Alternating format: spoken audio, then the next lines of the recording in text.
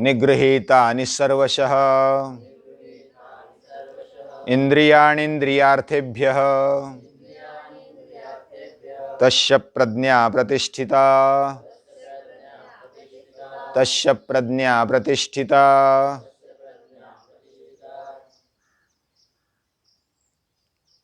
श्रीमद् भगवद गीता ये बहुत ही महान ऐसा ग्रंथ है, छोटा होते हुए भी उसकी व्याप्ति बड़ी है और ज्ञान का भंडार है गीता। जितना भी अभ्यास करेंगे उससे कई गुना ज़्यादा है वो। यानी जो भी आज तक अभ्यास करने वाले हैं वे ऐसा मानते हैं कि हमने गीता का एक सागर में बूंद लेने जैसा हमने लिया है, बाकी तो पूरा सागर भरा पड़ा है। एक अंश मात्र हमने लेने का प्रयास किया तो हमारा जीवन बदल गया। ये गीता की महानता है। गीता में आदर्श पुरुष जो भी माने गए उसमें से एक है स्थितप्रज्ञ, यानी कि जिसने अपनी प्रज्ञा अपनी बुद्धि स्थिर बनाई हुई है। इसमें भी कल हमने देखा कि स्थिर बुद्धि, स्थिर प्रज्ञा, स्थापित प्रज्ञा और स्थित प्रज्ञा, ये अलग अलग शब्द उपयोग किए, हर एक का अर्थ अलग है। यानी उसमें से अर्थ ध्वनित जो होता है वह कुछ अलग होता है। जिसने अपने प्रज्ञा को स्थिर करने का अभ्यास शुरू कर दिया है, जो स्थिर कर सकता है या तो स्थिर बनाता है, वह स्थिर प्रज्ञ है। यानी उसने इंद्रियों पे संयम पाने का पूरा प्रयास करते हुए जिन्होंने अपनी प्रज्ञा को, अपनी विशेष ऐसी जानने वाली बुद्धि को स्थिर कर दिया है, एकाग्र कर दिया है, वह है स्थिर प्रज्ञा। और उसको इतर विषय न देते हुए और केवल तुझे यही करना है ऐसा जबरन ध्येय देकर उसको बताया है प्रज्ञा को कि तुझे इधर ही ठहरना है, वह स्थापित प्रज्ञा है। उसने बाकी इंद्रिय उसको खींचते हैं, फिर भी वह जबरन वो ठहरा हुआ है, वह है स्थापित प्रज्ञा। यह भी अवस्था होती है। जैसे चित्त की अवस्थाएं हमने देखी थी योग दर्शन में कि जो मूढ़ चित्त है, क्षिप्त चित्त है, विक्षिप्त चित्त है। विक्षिप्त चित्त में जब योगी यानी कि जो साधना करने वाला योगी होता है वह अपने आप को जबरन बना के रखता है। सत्व जो मात्रा है, सत्व गुण की जो मात्रा है, उसको बनाए रखता है अपने जीवन में। जो भी अच्छी बातें वो करने लगता है उसको सातत्यपूर्ण करने लगता है, और इसी को स्थापित प्रज्ञ बोलते हैं। और जो एकाग्र होने के लिए तैयार है लेकिन फिर भी बीच बीच में खंडित होने की उसकी संभावना है, वह स्थिर प्रज्ञ। और जिन्होंने अपने इंद्रियों पर पूरा वश कर लिया और वह एकाग्रता में अभी माहिर है, उसका स्वभाव ही बन गया है, उसकी प्रज्ञा भी चलित नहीं होती, वह है स्थित प्रज्ञ। स्थित यानी जो भूतकालवाचक धातु साधित विशेषण स्थित, यानी अभी वो स्थिरता के आगे, स्थापित प्रज्ञा के आगे स्थित प्रज्ञ हो गया है। और स्थित प्रज्ञ यानी जिसकी बुद्धि अभी उधर ठहर गई है, कोई भी विषय, कोई भी इंद्रिय उसको खींचता नहीं है, कोई भी प्रलोभन उसको अभी चलित नहीं कर सकता है, वो निरुद्ध अवस्था में आया हुआ है।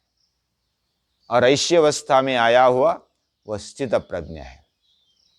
जिन्होंने अपनी कामना को जला दिया है, प्रजहाति यदा कामान सर्वान पार्थ मनोगतान आत्मन्ने वात्मना तुष्ट स्थित प्रज्ञस्तदोच्यते। यानी अर्जुन ने पहले पूछा स्थित प्रज्ञस्य का भाषा, उसकी व्याख्या क्या है, स्थित प्रज्ञ किसको बोलते हैं? समाधिस्तस्य केशव, जो समाधि में स्थिर रहता है, जो उधर खड़ा रहता है। स्थित प्रज्ञस्य केशव स्थितधि किम प्रभाषेत, तो वो कैसे बोलता है? जिसकी बुद्धि स्थिर है, स्थितधि, स्थिर यानी वो स्थित यानी स्थिर हुई, ऐसी बुद्धि जिसकी है वो कैसे बोलता है? किम प्रभाषेत, किमाशीत, वो कैसे रहता है, कैसा व्यवहार करता है? व्रजेत किम, वही कैसे आचरण करता है? ऐसा थोड़ा बहुत बताओ। तो ऐसे अर्जुन ने प्रश्न किया है। उसके पहले हमारे बुद्धि को, इधर उधर भटकने वाली बुद्धि को योग के द्वारा उसको जुड़ा कर रखना है, स्थिर करना है, ऐसा बताया। और ऐसी जो अभ्यास करते करते, साधना करते करते जिसकी बुद्धि स्थित हो गई है, ऐसा वह योग प्राप्त करता है, ऐसा भगवान श्री कृष्ण ने बताया। श्रुति विप्रतिपन्ना ते यदा स्थास्यति निश्चला समाधावचला बुद्धिस्तदा योगम अवाप्स्यसि।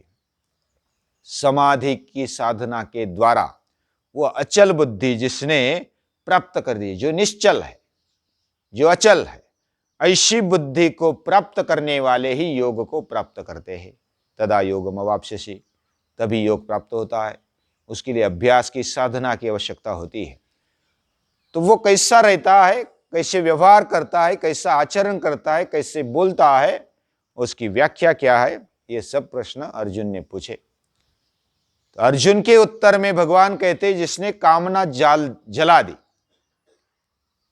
भस्म कर दी, ऐसा जो है दग्ध बीज जो है वह स्थित प्रज्ञ है। सभी कामनाओं को प्रजहाति, विशेष प्रकार से उसको जलाना, ऐसा जो कर सकता है वह स्थित प्रज्ञ है। वो आत्मन्येव आत्मनः तुष्टा, जो अपने आप में संतुष्ट है, प्रसन्न है, उसको अलग प्रसन्नता के लिए वस्तु, व्यक्ति या तो पदार्थ की आवश्यकता नहीं होती। जिसने कामना पर विजय पाई है, अभी कामना पर विजय कैसे पाना, ये पूजनीय दादाजी बताते हैं, उसको व्यापक कर दो। मुझे श्रीखंड खाना है, इसको और व्यापक बना दो, हमें श्रीखंड खाना है, वे व्यापक बन गए। उसको एकाग्र करो। जो कामना है, हमारी वासना, इच्छा है, उसको एकाग्र कर दो। ये अगली स्टेप है। एकाग्र करते वक्त हमने ध्येय निश्चित करना है। जब ध्येय निश्चित होता है तो हमारी कामना एकाग्र होती है। हमारी कामना केवल एक ध्येय, मुझे अच्छा बनना है, मुझे भगवान का लाडला बनना है, एक कामना रखी, एकाग्र बुद्धि हो गई, हमारी कामना को एकाग्र कर दिया। कामना है लेकिन उसको ऊंचा बनाकर उसको स्थापित कर दिया, वो एकाग्र इच्छा हो गई। फिर अगली स्टेप है, उसको सूक्ष्म कर दो। सूक्ष्म कर दो, इसका मतलब क्या है कि सूक्ष्मता से सूक्ष्म जो हमारी अंतर्गत इच्छा होती है, वह इच्छा बहुत ही योग्य होती है, हितकारी होती है, और वो अंत प्रेरणा से इच्छा होती है। जैसे कोई अगर ज्ञानेश्वर महाराज जैसे इच्छा करते हैं, आता विश्वात्म के देवे इन्हें वाग्यन्य तोषावे तोषोनि मज द्यावे पसाय दान है, वो मांगते हैं। उनकी इच्छा सूक्ष्म बन गई। सूक्ष्म यानी हर एक के अंतःकरण में घुसी हुई, अपने अंतःकरण में, शुद्ध अंतःकरण में घुसी हुई जो इच्छा होती है, जो इच्छा आत्म तत्व की या तो अंदर बैठे हुए शक्ति की होती है, वह अंत प्रेरणा से निकलती है। ऐसी इच्छा सूक्ष्म हो जाती है। वह सूक्ष्म इच्छा वह व्यापक बनते जाती है। यानी वह सूक्ष्म इच्छा सभी प्राणियों की, सभी सृष्टि की बन जाती है। चंद्रमेजे अलांछन मार्तंड जे तापहीन ते सर्वाई सदा सज्जन सोयरे हो तो। और ये जो इच्छा है वो व्यापक है। यानी ऐसा सूर्य हमें मिले, कोई ताप ना दे, चंद्र ऐसा हमें प्राप्त हो, उसमें लांछन ना हो। और ये जो सूक्ष्म इच्छा है वह सर्वव्यापी इच्छा है। और इसके आगे जैसे कामना व्यापक करना है, उसको एकाग्र करना है, उसको सूक्ष्म करना है और उसको लास्ट में समर्पित कर देना है या तो नष्ट कर देना है। इस प्रकार कामना को, इच्छा को हम धीरे धीरे उसको व्यापक बना सकते हैं, एकाग्र बना सकते हैं, सूक्ष्म बना सकते हैं, उसको नष्ट कर सकते हैं। और नष्ट करने की जो प्रक्रिया है वो इस तरह है, उसको पूरी समर्पित कर दो। भक्ति के द्वारा हम समर्पित कर सकते हैं, उसको नष्ट कर सकते हैं। ऐसी दग्धबीज अवस्था ये स्थित प्रज्ञ की अवस्था होती है। अलग अलग तरीके से वह कैसे व्यवहार करता है, कैसे बोलता है, ये बताया। वह कूर्म जैसा है, स्थित प्रज्ञ वह कूर्म जैसे व्यवहार करता है, कछुआ जैसे अपने अंगों को अंदर खींचता है, जब चाहे तब, और जब चाहे तब वह खोल देता है। इस प्रकार वह अपने वश में अपने इंद्रियों को रखता है। वह सुख आने पर हर्षित नहीं होता है, दुख आने पर दुखी नहीं होता है, या तो रोता नहीं है। ऐसा जो है वह किसी का द्वेष नहीं करता है, किसी पर अतिरिक्त प्यार भी नहीं करता है, वो भगवान पर प्यार करता है। और इसके कारण उसकी प्रज्ञा स्थिर होती है, तस्य प्रज्ञा प्रतिष्ठिता। और वह विषयों में विचरण करते हुए भी उसके लिए आहार कोई मायने नहीं रखता है। या तो हर जो इंद्रियों का आहार रहता है, वह आहार वो भोगते हुए भी वह आसक्ति रहित रहता है। ऐसा जो है वह स्थित प्रज्ञ है। और जो सतत प्रयत्न करता हुआ वह केवल आत्म तत्व के लिए वह कार्यरत रहता है, उसको प्राप्त करने के लिए, उसको सही तरीके से देखने के लिए वो साधनारत रहता है। ऐसा जो है वो स्थित प्रज्ञ है। और इसलिए सतत प्रयत्न करता हुआ अगर कोई बीच बीच में छूट भी जाए, यानी उसके इंद्रिय इधर उधर भागने लगे, तो उसको फिर वो खींच लेता है और अपने ध्येय पर रखता है। ऐसा वो तत्पर रहता है, अलर्ट रहता है, और वो अलर्ट रहते हुए अपने प्रज्ञा को, अपनी बुद्धि को स्थिर कर देता है, स्थित कर देता है। उसके इंद्रिय कैसे वश में होते हैं और जो व्यवहार कैसे करता है, वह उसका एक विनाश कैसे होता है। अगर कोई अपने इंद्रियों पर वश नहीं करता तो उसका विनाश कैसे होता है, ये 2-3 श्लोक में भगवान ने बताया। जैसे ध्यायतो विषयान पुंसः संगस्तेषु उपजायते, विषयांचे करी जो ध्यान, संत विनोबाजी कहते मराठी में, विषयांचे करी जो ध्यान त्यास तो संग लागला, संगातून फुटे काम, क्रोध कामात ठेविला, कामातून फुटे मोह, मोहाने स्मृती लोपली, स्मृती लोपे बुद्धिनाश म्हणजे आत्मनाशची। आत्मनाश तक ये ऐसी परंपरा चलती है।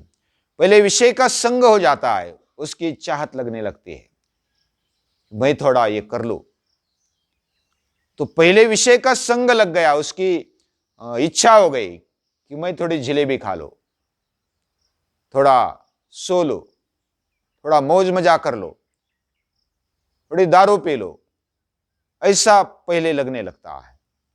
ऐसे विषयों के प्रति इंद्रिय भागते हैं। ध्यायतो विषयान पुंसः संगस्तेषु उपजायते, उसको संग लग जाता है, उसको लत लग जाती है, लत यानी व्यसन लग जाता है। और संगात संजायते काम, जब संग लग गया तो वो काम में परिवर्तित हो जाता है। काम यानी पूरा व्यसन लग गया उसको, उसके बिना वो रह नहीं सकता है। कोई कोई ऐसे दारू पिए बिना खड़े नहीं रह सकते, उसको सिगरेट पिए बिना या तो बीड़ी पिए बिना उसको कोई अमौखिक क्रिया नहीं होती, ऐसे वो उसको व्यसन लग जाता है, संग लग जाता है, उससे काम निर्माण होता है। कामातुनि फुटे क्रोध, काम से क्रोध निर्माण होता है, कामना पूर्ण नहीं हुई तो क्रोध आ जाता है। और क्रोधात भवति सम्मोह, जब क्रोध आ जाए हमारा दिमाग काम नहीं करता है, हम सम्मोहित हो जाते हैं, यानी हमारी मति मूढ़ हो जाती है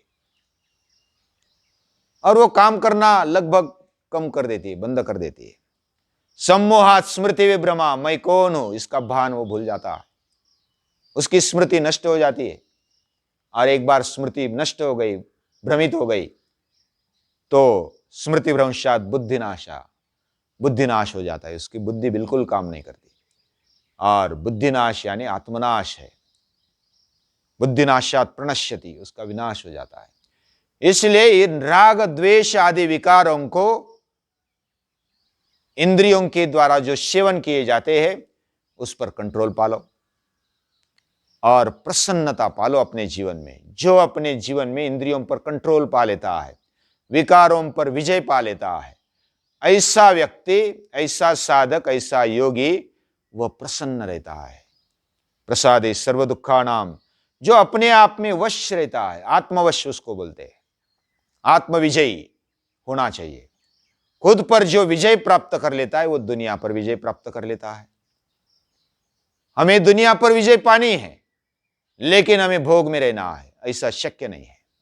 ऐसी गीता कहती है, आत्मवश्यैर विधेय आत्मा प्रसादम अधिगच्छति, उसको प्रसाद ही मिल जाती है। प्रसादस्तु प्रसन्नता, उसको प्रसन्नता मिल जाती है, और प्रसाद से सभी दुखों की हानि हो जाती है। हम प्रसाद केवल समझते हैं कुछ पेड़ा या तो कुछ ऐसा बर्फी भगवान के सामने रखकर हम खाते हैं, और भगवान को सिर्फ उसकी गंध दे देते हैं, बाकी तो हम ही खा लेते हैं। ये प्रसाद एक प्रतीक है कि जो भी मेरे पास है वो भगवान के सामने धर दो, और फिर भगवान का है ऐसा समझकर स्वीकार कर लो। जो भी है हमारे जीवन में, जो भी प्राप्त हो, उसको भगवान की प्रसाद समझकर स्वीकार कर लो, तो उसमें से प्रसन्नता ही आएगी।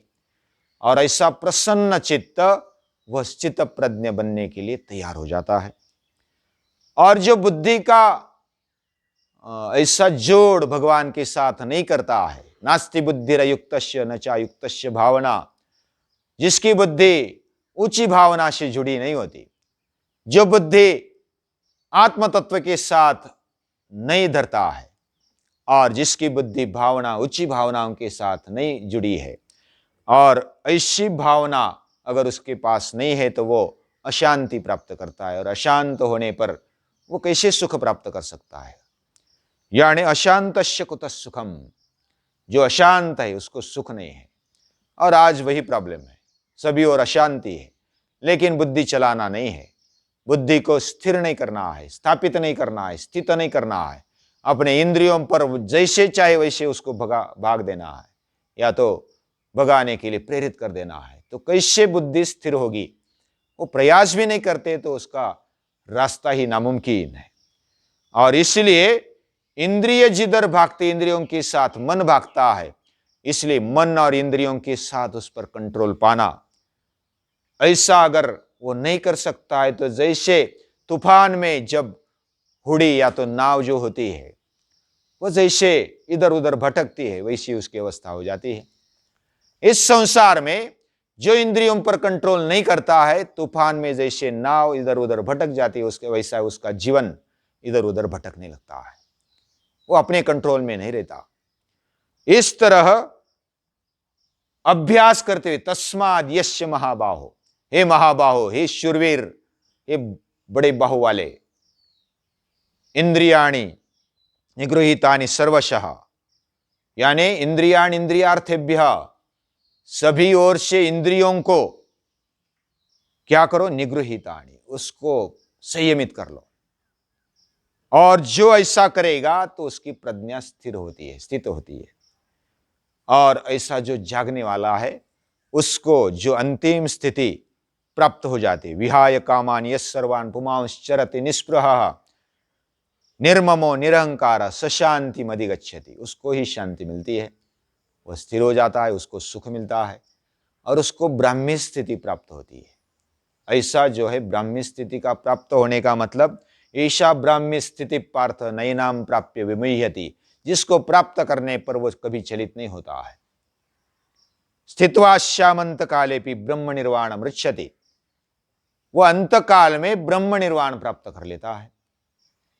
ब्रह्म निर्वाण वास्तविकता में अपने आप को समझते हुए, संतुष्ट रहते हुए, वह खुद में ही वह खुदा देख लेता है। और वो ब्रह्म निर्वाण तक जाता है। वैसे बुद्ध विचारधारा में निर्वाण है और भारतीय विचारधारा में ब्रह्म निर्वाण है। यानी हम नष्ट नहीं होते, हम शून्य नहीं हो जाते, या तो हमारा अस्तित्व मिट नहीं जाता है, हम ब्रह्म में विलीन हो जाते हैं। ब्रह्म निर्वाण इधर बताया है। हमें नष्ट होने का डर होता है, हम मर जाएंगे तो नष्ट हो जाएंगे, ऐसा डर होता है। लेकिन हम ये जैसे समंदर में लहरें होती है, लहरें नष्ट नहीं होती, लहरें वो विलीन हो जाती है। वैसे हमारा इस जीवन में आना ये लहरों के समान है और हम नष्ट नहीं हो गए, हम समंदर में विलीन हो गए, हम महान बन गए, व्यापक बन गए, हम महान या तो बड़े बन गए। ऐसे स्थिति में आनंद है, उसमें दुख नहीं है, वो परमानंद है, वो ब्रह्मानंद है। और इस प्रकार आगे आएगा आनंद कैसे होता है। लेकिन जो स्थित प्रज्ञ होता है इस अवस्था तक पहुंच जाता है, वो आदर्श पुरुष है। और गीता का आदर्श पुरुष, पुरुषोत्तम बनने की जो चाह है वो हर एक में होती है कि मैं अच्छा बनूं, सबसे ऊंचा बनूं। ये ऊंचा पुरुष, उत्तम पुरुष हमें बनना है और बनने की राह पर चलने के लिए ये सांख्य योग की आवश्यकता है। ये जीवन का दर्शन है। इस अध्याय में ध्येय दर्शन देते हुए हमारे जीवन में ध्येय क्या होना चाहिए, ये जीवन दर्शन गीता देती है। ऐसे जीवन दर्शन देने वाली गीता माता को बार बार नमस्कार है, प्रणाम।